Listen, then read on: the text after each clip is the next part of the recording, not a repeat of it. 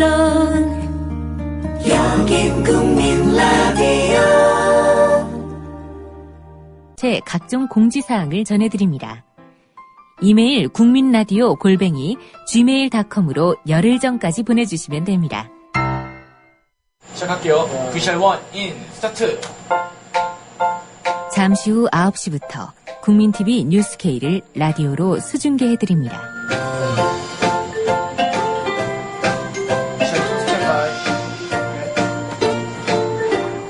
국민TV VCR 2, 인, 스타트! 다 함께 만드는 국민 라디오 미디어 협동조합 국민라디오가 9시를 알려드립니다. 국민 라디오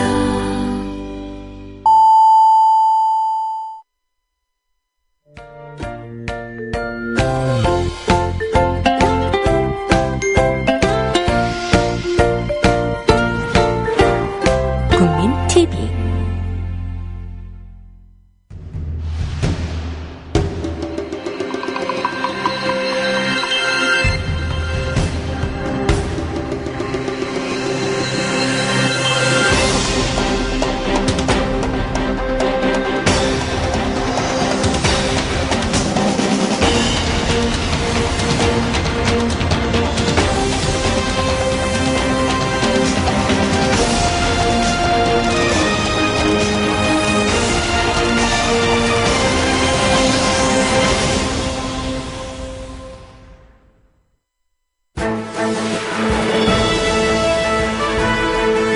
뉴스지 조준현 앵커의 진행으로 함께 하시겠습니다.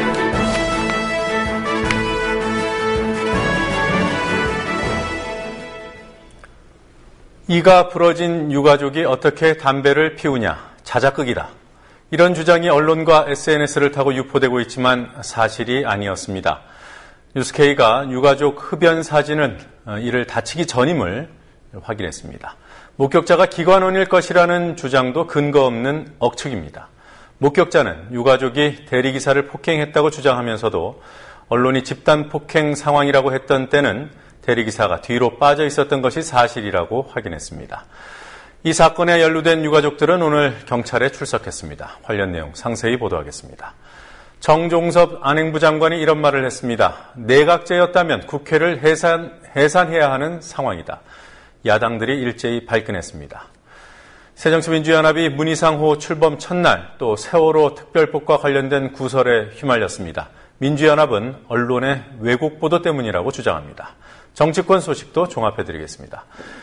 이 밖에 어제에 이어 오늘도 현대차 비정규직 노동자들이 집단 소송에서 승소했다는 소식, 그리고 지난 6월 법의 노조 판결을 받았던 전교조가 항소심 판결이 나올 때까지는 법적 지위를 보장해야 한다는 가처분 결정을 받아냈다는 소식도 함께 전해드리겠습니다. 오늘 뉴스옥에서는 문희상, 박근혜 두 정치인의 운명적인 인연을 다뤘습니다. 9월 19일 금요일 뉴스K 잠시 뒤에 시작하겠습니다.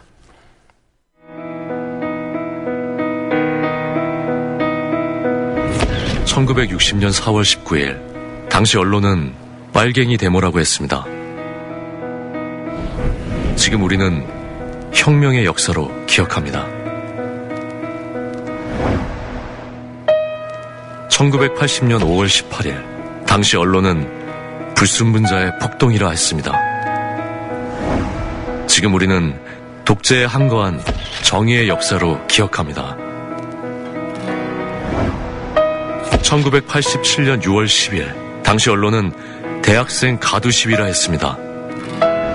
지금 우리는 민주주의를 쟁취한 감격의 역사로 기억합니다.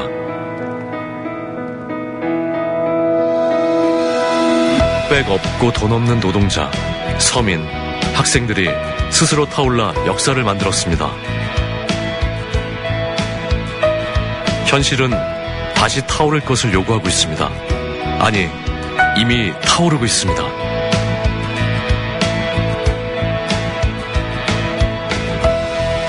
빨갱이를 종북으로, 불순분자를 외부 세력으로, 언론은 말만 바꿨을 뿐 역사를 부정하고 있습니다. 2014년 4월 1일 국민TV가 개국한 이유입니다. 국민TV는 역사를 역사로 기록하겠습니다.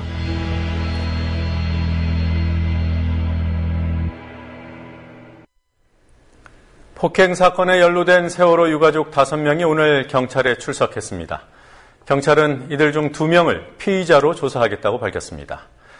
사실관계에 대한 논란은 더 커지고 있습니다. 유가족 중 누군가가 대리기사를 폭행했다는 데는 다툼이 없지만 대리기사 이외의 제3자와 유가족 사이에 쌍방 폭행이 있었다는 주장을 놓고 진실게임 양상이 벌어지고 있습니다. 이런 상황에도 불구하고 유가족 농성장들은 계속 유지되고 있습니다. 세월호 사건 취재하고 있는 PD 연결해서 자세히 알아보도록 하겠습니다. 윤이나 PD. 네, 윤이나입니다. 네, 대리기사 폭행 사건에 연루된 세월호 유가족들이 오늘 경찰에 나갔습니다. 아직 조사가 진행 중인 거죠? 네, 유가족 5명은 오늘 오후 4시 30분쯤 서울 영등포 경찰서에 출석해 경찰 조사를 받고 있습니다. 김병건 전 가족대책위원장과 김영기 전 수석 부위원장은 취재진에게 국민과 유가족께 심려를 많이 끼쳐드려 진심으로 죄송하고 사과드린다며 경찰 조사에 성실히 임하겠다고 말했습니다. 김 전 위원장은 왼쪽 팔에 깁스를 하고 있었고 김 전 수석 부위원장은 입술이 붓고 찢어진 상처가 있었습니다. 이들은 쌍방 폭행은 인정하는지, 상처는 맞아서 생겼는지 등을 묻는 취재진의 질문에는 답변하지 않았습니다. 경찰은 유가족 5명 중 이들 둘을 피의자 신분으로 전환해 조사한다고 밝혔습니다. 네, 경찰에 출석한 유가족들은 함구를 했지만 유가족 측에서는 쌍방 폭행이었다는 주장을 하고 있더군요. 일방적인 집단 폭행이라는 피해자와 목격자 주장. 양측 입장을 들어봤습니까? 네, 현장에서 사건을 목격하고 경찰에 신고한 김모 씨는 유가족들이 일방적으로 대리기사를 구타했으며 이후 유가족들이 싸움을 말리던 일반인들에게도 시비를 걸고 구타를 했다고 말했습니다. 김 씨는 친구 노모 씨와 사건이 벌어진 현장 길 건너편에 있다가 유가족들이 대리기사를 폭행하는 것을 보고 경찰에 신고했다고 했습니다. 김 씨는 유가족들이 대리기사를 폭행한 후 경찰이 현장에 오길 기다리고 있는 상황에서 유가족들이 시비를 걸며 자신들을 폭행했다고 주장했습니다. 이에 반해 유가족 측은 현재 언론에 보도되는 것처럼 유가족들의 일방적인 폭행은 아니었고 폭력을 먼저 행사한 쪽도 유가족이라고 단정하기 어렵다는 입장입니다. 유가족 법률 대리인인 박주민 변호사는 폭행 사건에서는 누가 먼저 주먹을 썼느냐가 중요하다며 그 부분을 규명하려 한다고 말했습니다. 가족대책의 법률지원단은 사건 현장에 찍힌 CCTV 영상 2개를 영상 분석 전문가에게 의뢰했고 며칠 내에 사건에 대한 입장을 정리해서 발표할 예정입니다. 세월호 유가족들은 여전히 농성장을 지키며 세월호 특별법 제정을 촉구하고 있습니다. 오늘 농성장 상황은 어땠습니까? 오늘 유가족 20여 명이 국회 본청과 청와대 인근 농성장을 지켰습니다. 광화문 농성장에서는 오늘 30여 명의 시민이 연대 단식에 참여했습니다. 가족대책위는 세월호 특별법 제정을 위한 농성장은 앞으로도 계속 유지될 것이라고 말했습니다. 지금까지 국민TV 뉴스 윤이나입니다.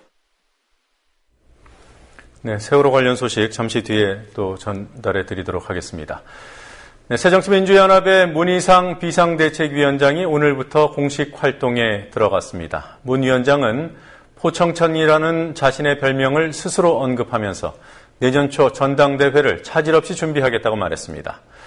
이 말의 진짜 의미에 대해서 당의 혁신보다 위기관리에 충실하겠다는 뜻이라고 전문가들은 해석합니다.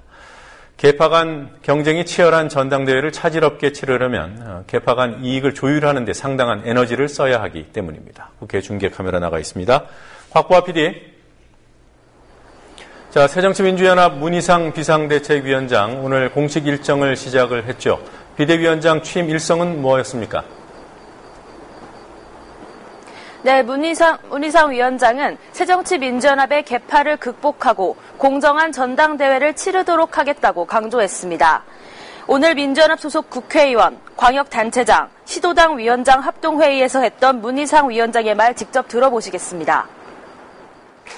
이번 비대위가 할 최고의 급선무는 더 말할 것도 없이 차기 지도부를 위한 전당대회를 차질 없이 준비하는 것이라고 생각합니다. 그러기 위해서 가장 빠른 시간 안에 비대위원회, 지역위원회, 당무위원회, 중앙위원회 등 당조직을 재점검하고 재건하겠습니다. 이러한 작업의 핵심은 공정성의 확보라고 저는 생각합니다. 나한테 별명 붙여진 포청천처럼 할 수만 있다면 공정한 전당대회가 준비될 수 있도록 최선을 다할 것이라는 약속을 드립니다. 한편 세월호 진상조사위원회에 수사권과 기소권을 줘야 한다는 유가족들의 요구와 관련해 문희상 위원장이 재검토돼야 한다고 발언했다는 문화일보 보도 때문에 파장이 있었습니다.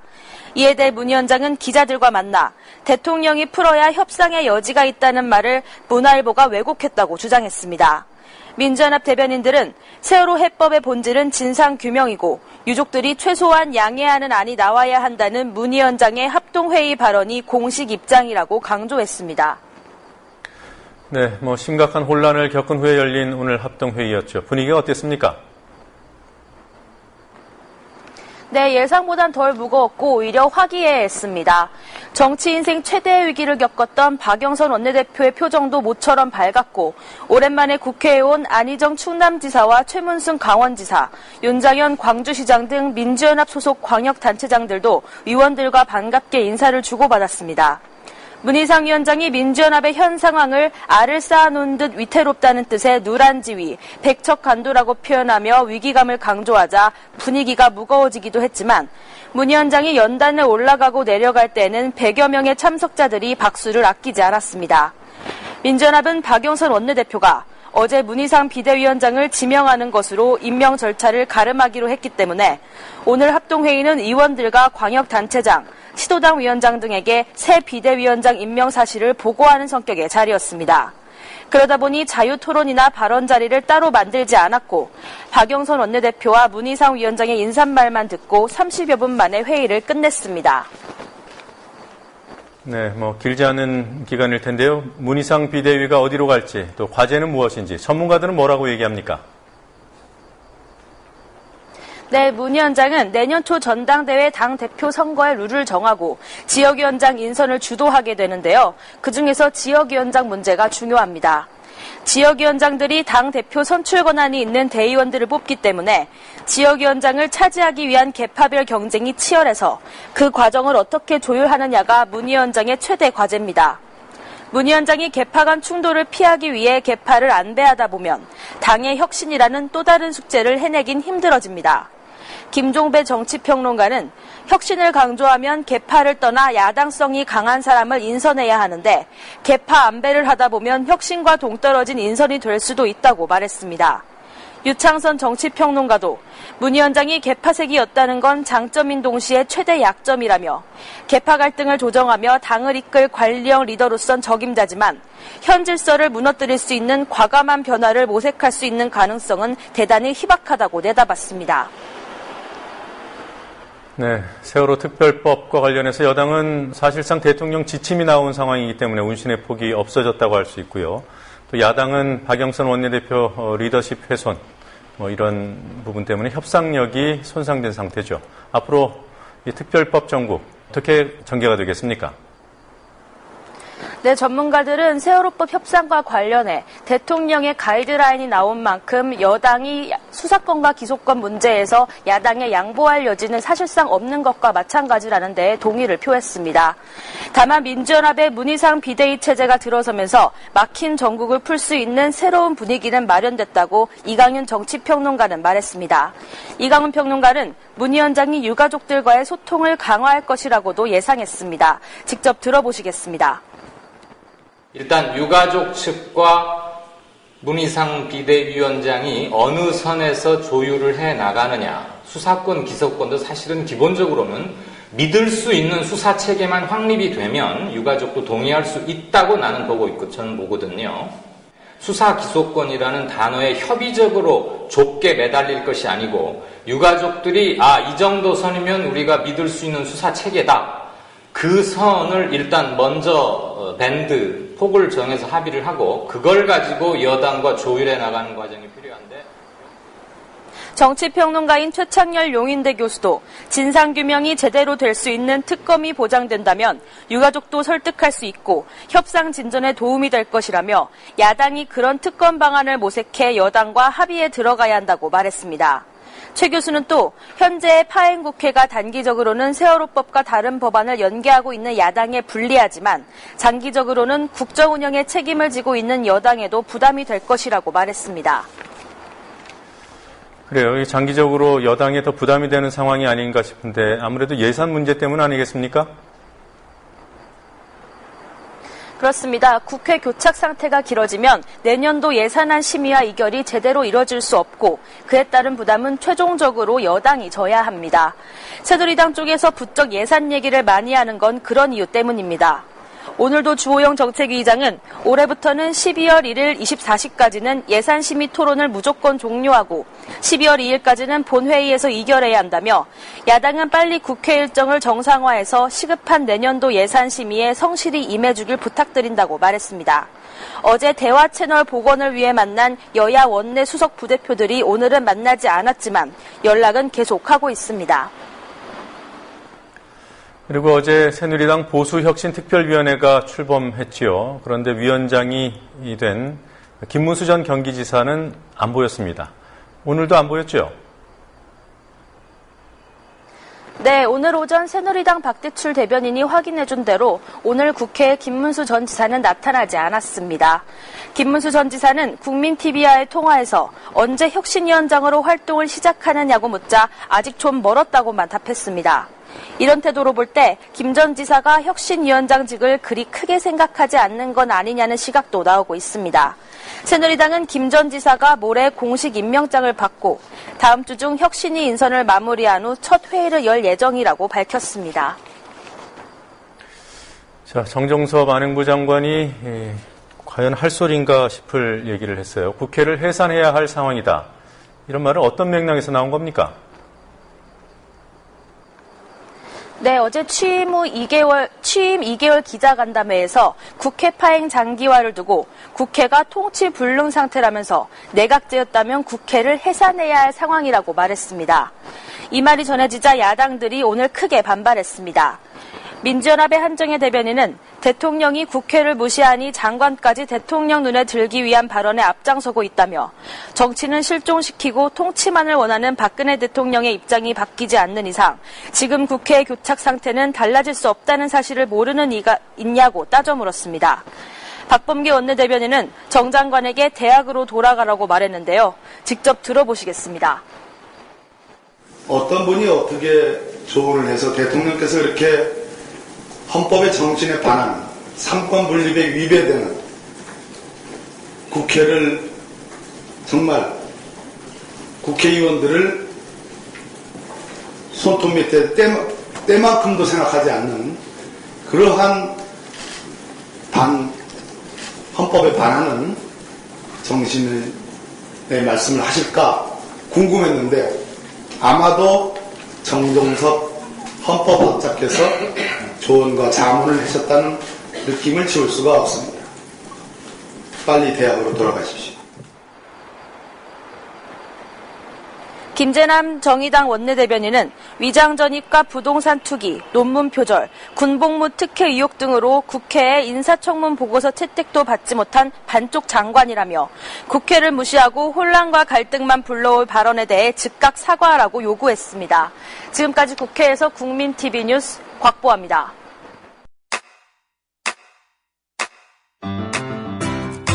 국민라디오 지지하는 4가지 방법 아시나요? 다운로드하기, 별점 주기, 댓글 달기, 구독하기. 국민라디오를 보다 많은 이들에게 전할 수 있는 가장 손쉬운 방법. 다운로드하기, 별점 주기, 댓글 달기, 구독하기. 잊지 마세요. 다운로드하기, 별점 주기, 댓글 달기, 구독하기.